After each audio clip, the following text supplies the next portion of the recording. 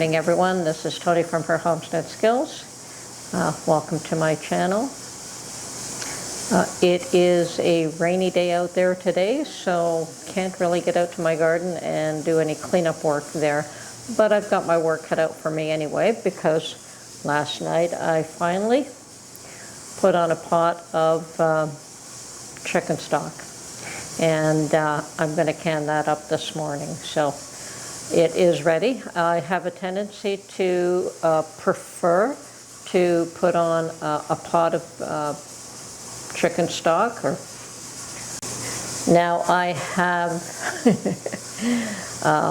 considered that I'm going to go out to the farm and get another 50 pounds of tomatoes, because Mark and I have actually been going through quite a bit of that salsa that I made. So out of jar 24, I believe we're on 5 or 6 at this point. So at this rate, it's not going to last any time at all. So being a firm believer in canning up what you actually do use, I think it would be smart at this point to go and get some more tomatoes and some more green peppers and maybe a bag of onions as well, and make up another huge batch of salsa. And that's fine. I do have the jars set aside.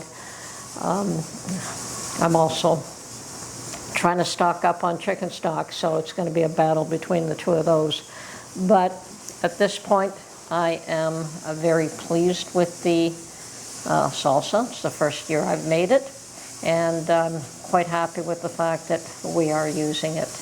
The other thing that I found that was very successful and was a first for me was the bread and butter pickles. Now, the only reason I made bread and butter pickles is because I actually had huge amounts of pickles this year. And I didn't grow the pickling cucumbers, which is what I normally grow. And I normally put up a few jars of dill pickles. But I still have a jar of dill pickles set aside, so I'm good for that. And I thought I would try the bread and butter pickles, and they turned out to be much more of a success than I thought they would be. Not a normal part of our diet, and I definitely cut back on the quantity of sugar that the recipe called for. It called for 4 cups of sugar to 4 cups of vinegar, and that was the ratio. And in my mind, that was way too sweet. So I did cut the sugar in half, and it still turned out great. So I'm pleased with that. 2 cups of sugar is still a lot of sugar, but it's not too bitter. I can still taste the bite of the vinegar. I can still taste the sweetness of the sugar. I can still taste all the spices that I added in, and I'm really pleased with the results. So I will not be making any more of those. Hopefully I will go through all of them. I find that I am eating them. I'll even just pull out a few, put it in a little dish, and just eat them like that. So I'm once again very happy with that.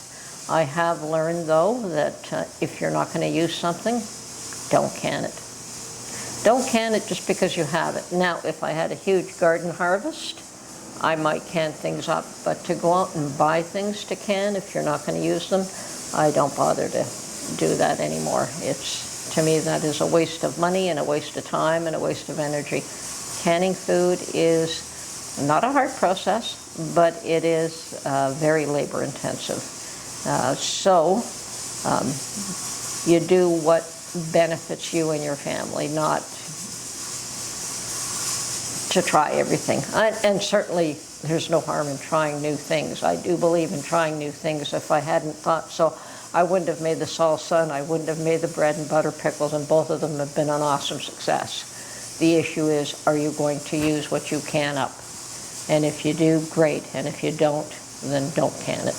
Now, I have my work cut out for me this morning to can up chicken stock, and I'm not going to go through the process of how I do that. I've had done a number of videos on how I make chicken stock, so there's certainly many out there if you're interested in, and I could add a link should you be interested in seeing how I do it. But that, I've done so many of them, it just isn't worth going through the process over and over and over again. So that is my job for today. And seeing that I can't get out to my garden today, and I'm probably not interested in doing some shopping, although I may pick up some cream for our coffee. I may get out to the thrift stores, although it seems that today I don't really buy too much from the thrift stores, whether it's just that I'm being more cautious with my money, which I think a lot of us are, or just not finding anything that I really want. I actually will buy something if it catches my fancy, but I need to sometimes just get out and about and not lock myself up within so many walls. I like to be out. And speaking of locking yourself up, I do hear that they're attempting to start some more lockdowns and masking of people, which is absolutely ridiculous. It's absolutely ridiculous. Now, are they going to suggest that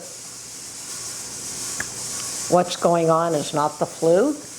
I'm sure the variants of COVID are going to be around and they're going to be out there. But let's face it, folks, a lot of people had the flu and they didn't have COVID. I suspect that I myself had the flu at one point as well. Certainly didn't have any of the other additional symptoms of COVID. So to me, I'm assuming that I just had the flu and had no issue. I got over it.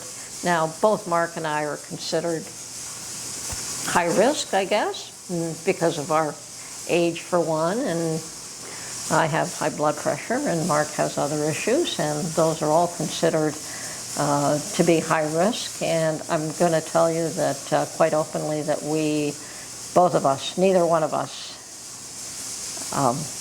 locked ourselves up or took the safety precautions. And if we had to wear a mask to go into a store, the minute we walked out that door, it was ripped off.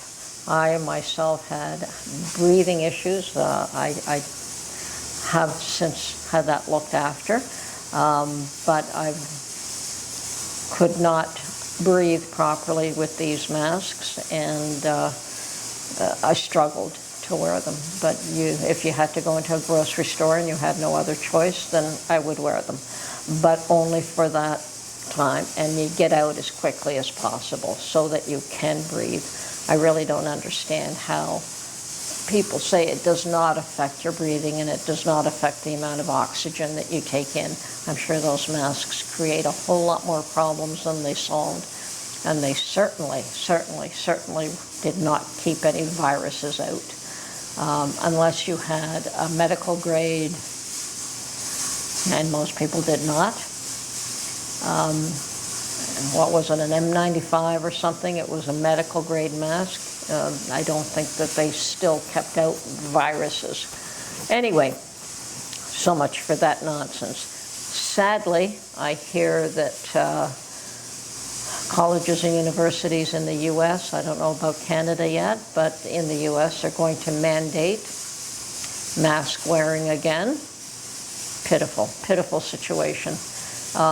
Especially since those young folks have, either they or their parents have paid a price to be in a college or university, and the likelihood of being able to get their funds reimbursed should they wish to pull out and not conform to these ridiculous new mandates. The likelihood of getting their money back is probably very slim to none, although there probably should be some kind of a push to have that happen. If the children did not want to go through the process of having to wear a mask, they shouldn't be forced to. But I guess establishments do have the right to do those. Unfortunately, I think they probably should have informed people before they paid their money for the year that this was going to happen and that they would have no choice in the matter after the fact. So anyway, my 2 cents. Should they try to force lockdowns here again? I think too many of us have been through too much of that and have no interest, and there will be greater pushback if they think that the truckers in Ottawa were pushed back. Just try to mandate lockdowns again this year. And we know they've got their reasons for doing it. They're trying to create more control, which they really relished that they had, and now they've lost. And yes, some people still, they manage to control some people, but the majority of them no. And most of us will not go back to those days no matter what. There will be a revolt. And I've always believed that there's going to be a rise up of the population. Only don't know what will set that off.